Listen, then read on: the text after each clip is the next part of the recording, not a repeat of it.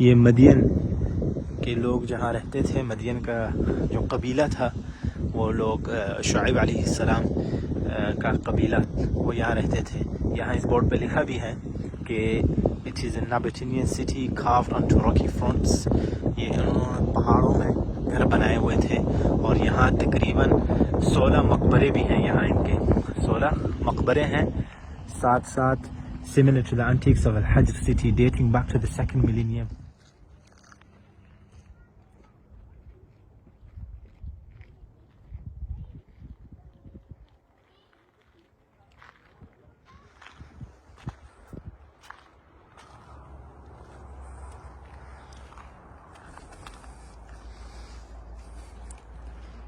السلام علیکم ورحمۃ اللہ وبرکاتہ.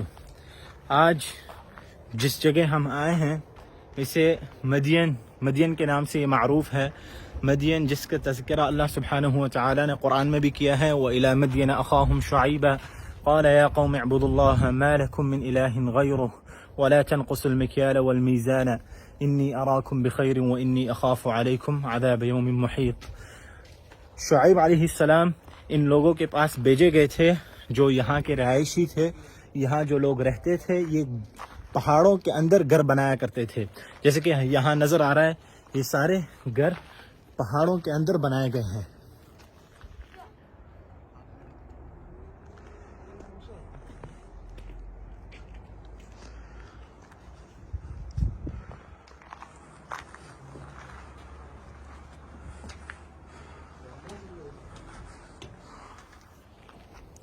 تو شعیب علیہ السلام کو اللہ سبحانہ و تعالیٰ نے ان کی طرف بھیجا، اور شعیب علیہ السلام نے ان کو دعوت دی کہ اللہ کی عبادت کریں اور اللہ کے ساتھ کسی اور کو شریک مت ٹھہرائیں.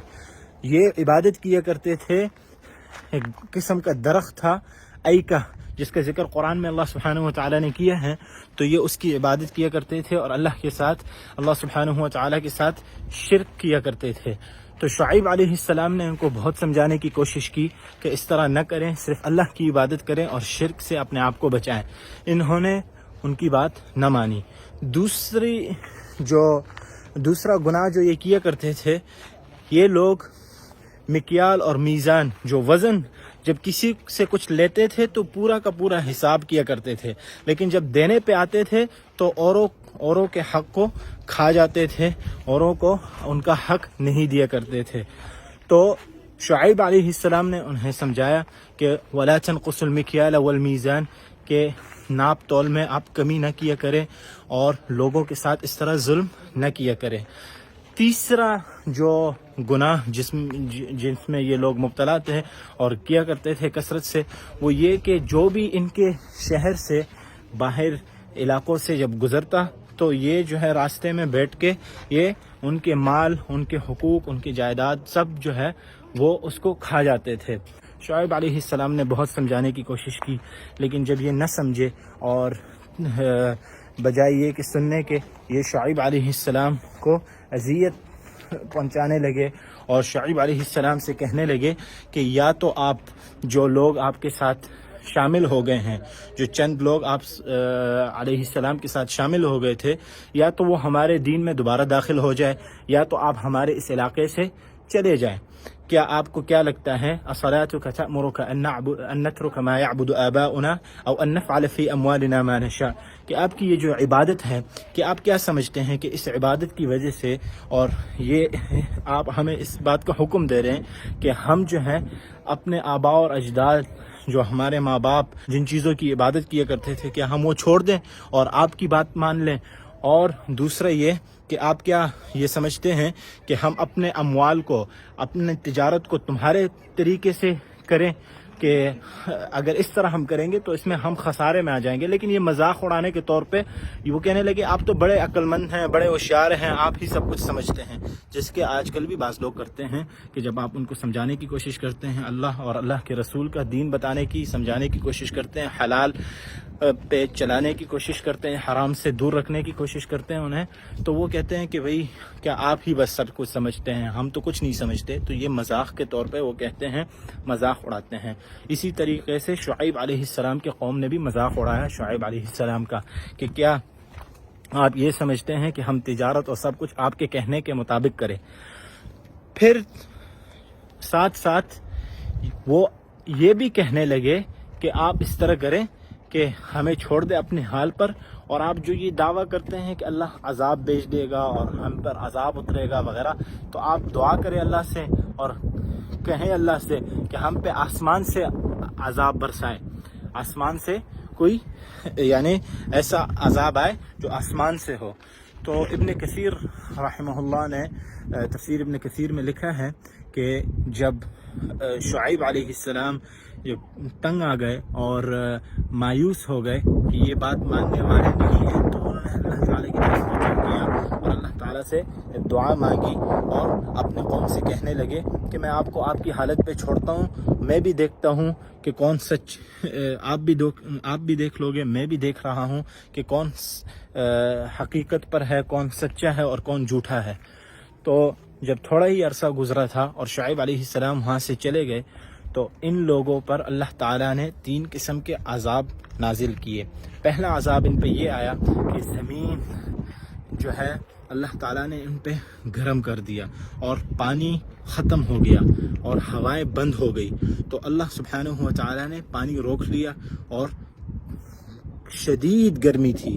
7 دن تک۔ علماء نے لکھا ہے کہ 7 دن تک نہ پانی نہ ہوا، تو یہ بالکل تنگ آ گئے تھے،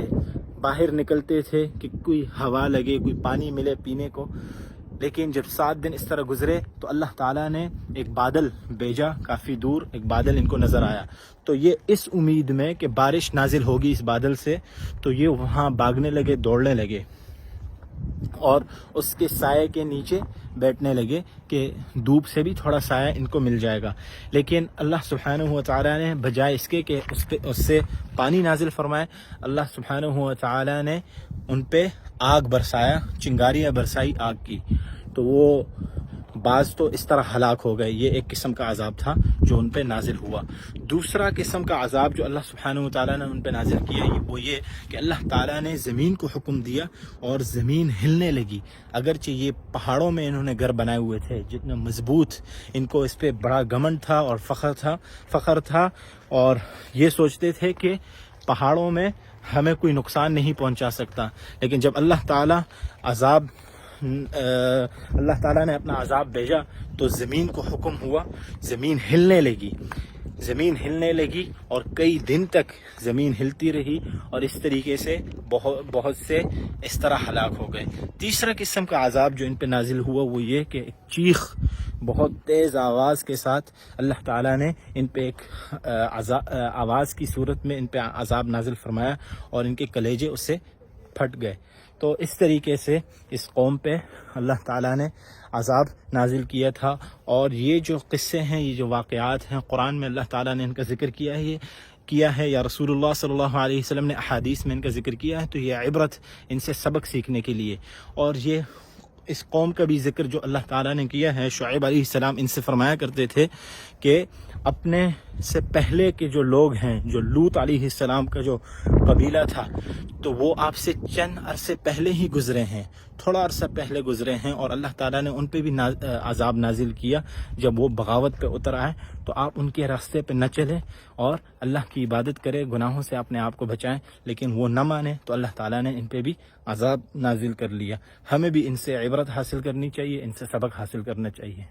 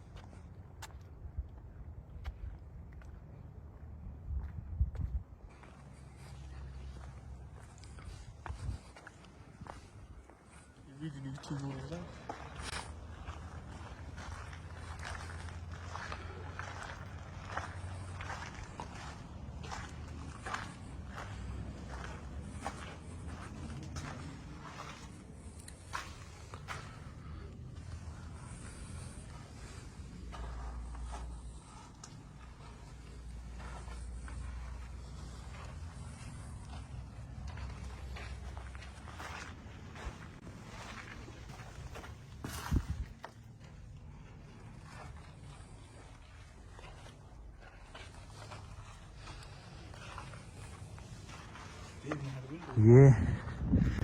مقبرے ہیں.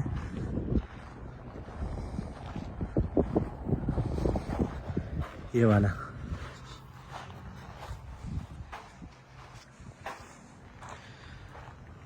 یہ مقبرہ ہے.